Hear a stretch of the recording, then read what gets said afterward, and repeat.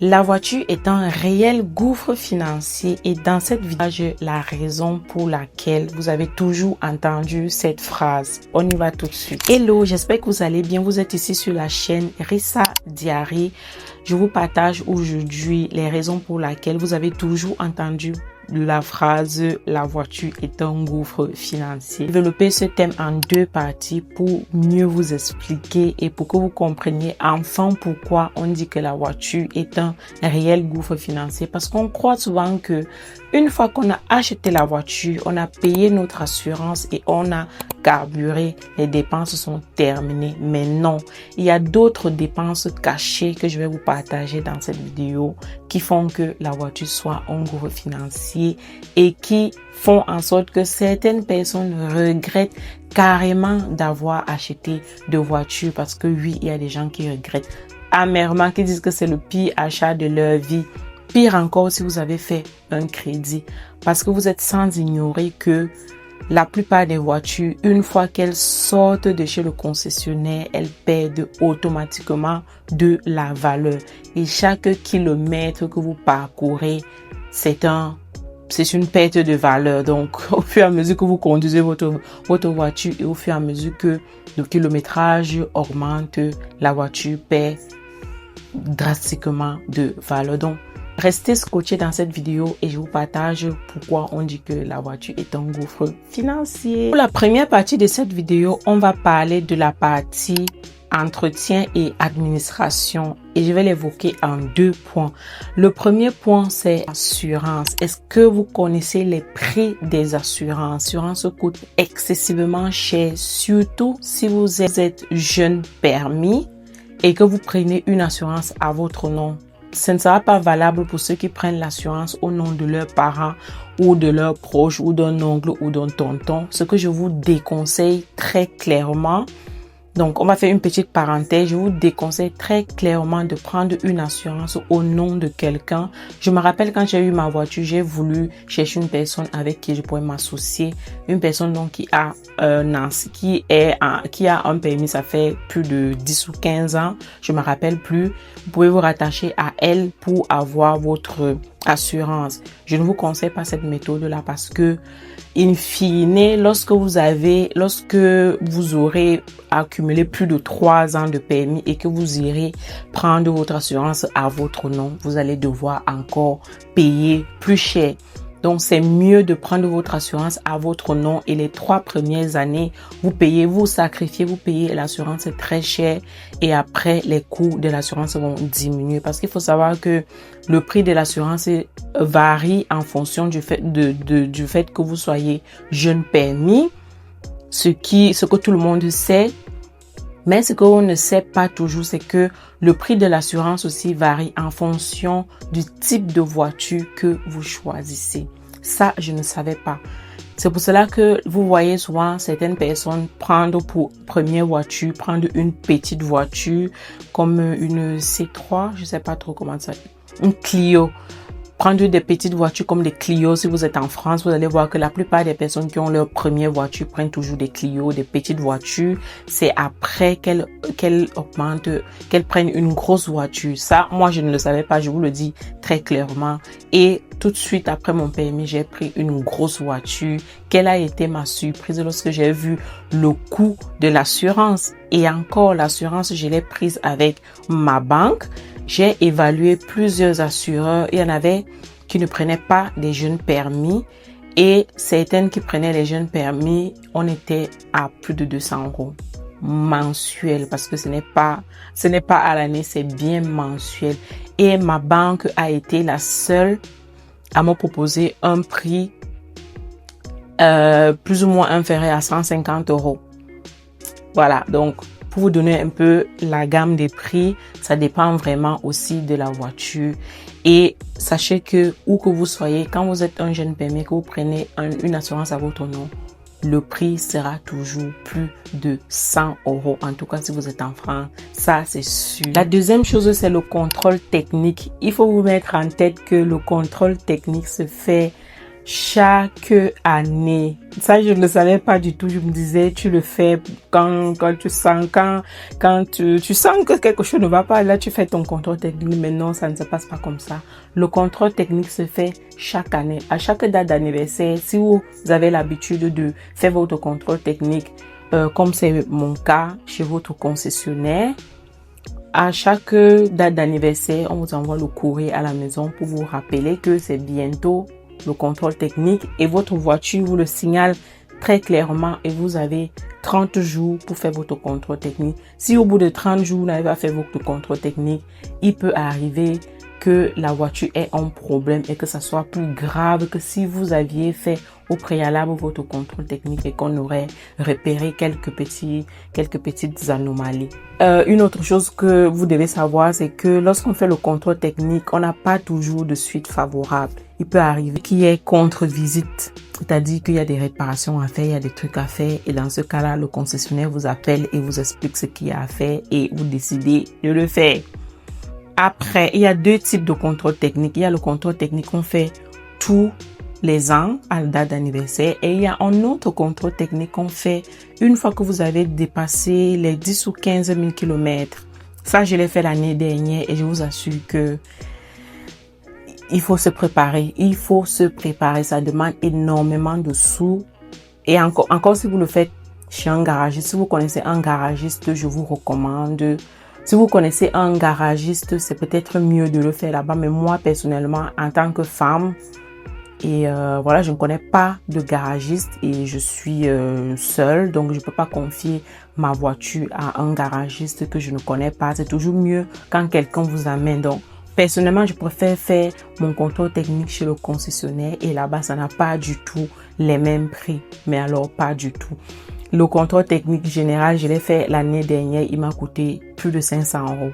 Plus de 500, largement plus de 500 €.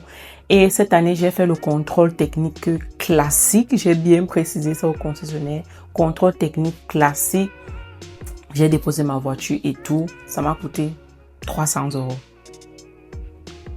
300 € et dites-vous qu'il faut mettre comme ça 300 € de côté tous les ans. Et si vous n'êtes pas préparé à ça, ça fait mal parce que certains concessionnaires peuvent accepter le paiement en plusieurs fois, d'autres non. Et parfois vous êtes contraint de le faire plus cher, quitte à ce qu'on vous fasse ça en paiement plusieurs fois au lieu d'aller faire où ça vous coûte peut-être 20 ou 30 € moins cher et vous allez devoir payer directement la somme totale. Donc, prenez en compte ça. Vous voyez déjà les raisons pour lesquelles on dit que la voiture est un réel gouffre financier. Parce que quand on achète la voiture, nous, on ne connaît pas tout ça. On sait juste qu'on achète la voiture, on se met dans notre voiture, on conduit, on est content. Mais il y a beaucoup de charges qui entrent en compte. J'espère que ça rend encore bien. Le soleil est en train de se coucher. Donc, j'ai mis une lumière artificielle là. J'espère qu'on est ensemble et que vous me suivez. Bref. On reprend. Pour la deuxième partie de cette vidéo, je vous parle des dépenses goutte à goutte. Celles-là qu'on ne s'imagine pas. En fait, quand on fait même le budget de la voiture, on ne pense même pas à ça. Pourtant, quand on s'assoit bien, quand on fait bien les calculs de la voiture, on se rend compte qu'il y a aussi beaucoup, mais alors beaucoup. Il y a énormément d'argent qui part dans cette partie-là de la voiture. Ce sont les dépenses goutte à goutte qu'on fait, mais on ne se rend pas du tout compte. Comme première dépense goutte à goutte, on a les parkings. On a les parkings. Dans certaines villes, il est impossible de trouver une place de parking gratuite. Toutes les places de parking sont payantes, même en bordure de route. Et quand vous voulez faire des déplacements, peut-être ce n'est que en supermarché que les parkings sont encore gratuits. Donc, le reste, quand vous voulez vous déplacer dans la ville, vous devez garer. Si vous allez faire une journée dehors ou une demi-journée, vous comptez déjà dans plus de 10 € les places de parking. Ce n'est pas donné. Donc, on oublie toujours les places de parking, mais il y a les places de parking. Il y a le péage. Le péage aussi, ça coûte cher. Là, je coûte excessivement cher en France, je trouve. Franchement, pour une petite distance de quelques mètres, vous allez voir affiché 1,50 €, 2 €. Au début, vous pouvez vous dire que ça va. Mais si vous décidez de faire les paiements mensuels, c'est-à-dire que vous ne payez pas tout de suite quand vous passez, si vous avez le BIP, le BIP de télépéage et que vous recevez votre facture la fin du mois, vous allez vous rendre compte que vous avez dépensé quand même un petit billet malgré ça. Et parfois on est obligé de prendre les péages, je vous explique. Parfois on est obligé de prendre les péages tout simplement parce que au lieu de dépenser, en fait c'est vraiment c'est comme une toile d'araignée qui est tissée sur vous. Si vous prenez une route secondaire, vous allez dépenser en carburant et en temps. Si vous prenez le péage, vous allez économiser en carburant et en temps, mais vous allez dépenser en argent. Donc, c'est vraiment à l'appréciation de tout un chacun. Moi, pour vous dire personnellement, il y a des itinéraires que je préfère faire, que je préfère emprunter la route secondaire. Et quand je suis trop pressée, je prends le péage. Mais vraiment, il faut que ce soit quelque chose de... Moi, j'ai vraiment pas l'habitude de prendre le péage, mais ça peut vraiment arriver. Vraiment, c'est deux écoles. C'est deux écoles. Il y a ceux qui veulent économiser en temps, mais dépenser en argent, ce qui est logique. Il y a d'autres qui préfèrent dépenser en argent. Il y a ceux qui préfèrent dépenser en argent, en temps, en kilométrage, en usure de voiture et qui prennent la route secondaire. Donc, vous voyez, c'est vraiment comme une toile d'araignée. On ne sait pas trop où donner la tête. C'est vraiment à l'appréciation de tout un chacun. Mais sachez que le péage, les places de parking, ce n'est pas gratuit. On a aussi les places de stationnement résidentiel. Je ne savais pas, quand je n'avais pas de voiture, je ne savais pas du tout que là où on vit, on paie le parking. Moi, je voyais les voitures garées dehors et tout. Je me disais, ça va et tout. Mais non, ce n'est pas du tout gratuit. Les places de parking, là où on vit, elles sont payantes. Prenez en compte ça et c'est mensuel. Ce n'est pas à l'année, c'est mensuel. Après, vous pouvez choisir de payer annuellement, mais généralement, c'est mensuel. Donc, prenez vraiment ça en compte. Une autre petite dépense goutte à goutte qu'on ne remarque pas beaucoup, mais qui est indispensable, c'est le lavage de voiture. C'est le lavage de voiture. Le lavage de voiture, on ne se rend pas compte, mais c'est cher, je trouve.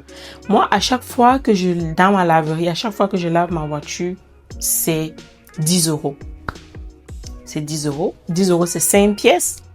S'il faut passer l'aspirateur, et il faut laver les 3 pièces. Ça va vite. Donc, il y a aussi le lavage de voiture. Donc, quand vous avez votre voiture, faites très attention à ne pas la salir. Mais quand on a les enfants, je vous avoue que ce n'est pas toujours évident de garder sa voiture propre quand on a les enfants ou quand on a un flux, quand on porte beaucoup de personnes dans la voiture. Donc, on a toujours quelque chose qui ne va pas donner. Donc, vous pouvez vous retrouver à laver votre voiture tous les mois, comme tous les 3 mois. Ça dépend vraiment de vous. Mais pour vous donner un ordre d'idée, moi, en ce moment, je lave ma voiture généralement 2 fois l'année. 2 fois l'année. À l'entame de l'hiver, je lave, c'est-à-dire qu'avant que l'hiver ne commence, parce que je ne veux pas aller laver ma voiture quand il fait très très froid. Je lave vraiment, dès que je sais que l'hiver va commencer, je lave, comme ça me dure tout l'hiver. Et dès que l'hiver finit, quand je sais que l'été, c'est déjà l'été, il fait beau et tout ça, je lave ma voiture pour l'été. C'est généralement comme ça que je fais pour économiser. Si vous ne développez pas des stratégies comme ça, ce sera très compliqué. Et puis aussi, il faut savoir laver la voiture. Quand vous êtes une femme, vous savez que c'est compliqué si vous ne savez pas et tout le monde a son école, hein. Il faut savoir le faire. Moi, je sais que quand je lave ma voiture, je fais 2 tours d'aspirateur. Je passe 2 tours d'aspirateur et puis quand je vais maintenant laver la carrosserie, je fais aussi 2 tours. Je fais le lavage et je fais le rinçage sans trace. C'est tout. Donc, je fais le lavage avec la pompe qui pulvérise là. Je fais le lavage avec la pompe qui pulvérise. Je prends la brosse. Je brosse. Sans mettre la pièce. Je brosse avec sans mettre la pièce. Donc, après le lavage, je prends la brosse. Je brosse la voiture. Et puis, je fais le rinçage sans trace. Je crois que c'est comme ça que ça s'appelle. Je fais le rinçage sans trace. Et vous voyez que déjà là, ça me fait 4 pièces de dépenser. Sachant que 10 pièces font sachant que 5 pièces font 10 euros. Donc, il va que vous rester une seule pièce que vous allez utiliser peut-être la prochaine fois. Donc, voilà, ce sont des calculs à faire, ce sont des dépenses à ne pas négliger, ce sont des micro-dépenses comme ça qui, au final, constituent quand même un gros budget quand vous faites les dépenses de votre voiture au mois. Seulement l'assurance et le carburant, vous voyez déjà que vous êtes déjà à plus de 200, même plus de 300 euros de dépenses mensuelles comparées à ce que vous dépensiez avant. Donc voilà. Bon, c'était tout pour cette vidéo. Le petit conseil que je peux vous donner et que je vais moi-même commencer à appliquer parce que je sais maintenant que le contrôle technique se fait chaque année. Ne me jugez pas, je ne le savais pas. Le petit conseil que je peux vous donner et que je vais moi-même appliquer, c'est d'avoir une petite enveloppe dans laquelle on met au moins 30, 40, 50 euros tous les mois. Pendant un an, on a un petit budget et avec ça, on peut faire notre contrôle technique tranquille. Vraiment, les dépenses qui sont prévisibles comme ça, c'est mieux de se préparer à l'avance. Moi, cette année, je ne me suis pas préparée. Le mois dernier, quand j'ai fait mon contrôle technique, je vous assure que ça a été une claque. Surtout que j'ai payé en une seule fois. Il n'y avait même pas la possibilité de payer en plusieurs fois. J'ai payé en une seule fois et ça a pris un coup sur mes dépenses. Une autre chose, c'est que si vous n'avez vraiment pas de nécessité d'avoir une voiture, ayez votre permis. De temps en temps, vous prenez des petites voitures en location. En un mois, vous prenez une petite voiture en location, peut-être 1 ou 2 fois pour faire vos courses et tout. Tranquille, ne vous précipitez pas dans l'achat de véhicules si vous n'avez pas un emploi stable ou alors si vous ne vivez pas en campagne où vous avez forcément besoin de voiture ou encore si vous n'avez pas d'enfants, parce que quand on a des enfants, le discours est totalement différent. Donc, si vous ne réunissez pas ces conditions-là, ça ne vaut vraiment pas la peine de prendre la voiture. Sinon, ça va vous démoraliser, ça va vous traumatiser la voiture. Parce que moi, je connais des gens qui regrettent tellement d'avoir acheté la voiture. Et je vous ai déjà fait une vidéo sur la voiture, je crois. Mais je ne sais pas si je vous ai dit, faites attention quand vous choisissez votre voiture. Choisissez des bonnes voitures, quitte à dépenser, quitte à mettre le billet pour l'achat de votre voiture, mais une voiture qui ne va pas vous faire mal à la tête, une voiture qui ne va pas vous amener au garage tous les mois. Encore là, la vidéo que je vous ai faite vraiment sur les dépenses, les dépenses de la voiture, c'est pour des voitures qui n'ont aucun problème. Mais si vous achetez une voiture à problème, dites-vous que ces dépenses-ci peuvent drastiquement augmenter. Vous pouvez vous retrouver à dépenser 500 euros tous les mois, tous les 2 ou 3 mois sur une voiture. Donc, c'était tout pour cette vidéo. J'espère qu'elle vous a plu et nous, on se dit à la prochaine vidéo. N'hésitez pas à me dire dans lesquelles quelle a été la pire dépense imprévue pour votre voiture et je vous lirai. Partagez-nous votre point de vue, c'est toujours intéressant. On se dit à la prochaine vidéo. Ça m'a fait plaisir de tourner cette vidéo et j'espère que vous aussi, j'espère surtout qu'elle va vous aider parce que ça, c'est le but. On se revoit à la prochaine vidéo. D'ici là, portez-vous bien tant physiquement que mentalement parce que le mental, c'est très, très important. Bisous. Ciao!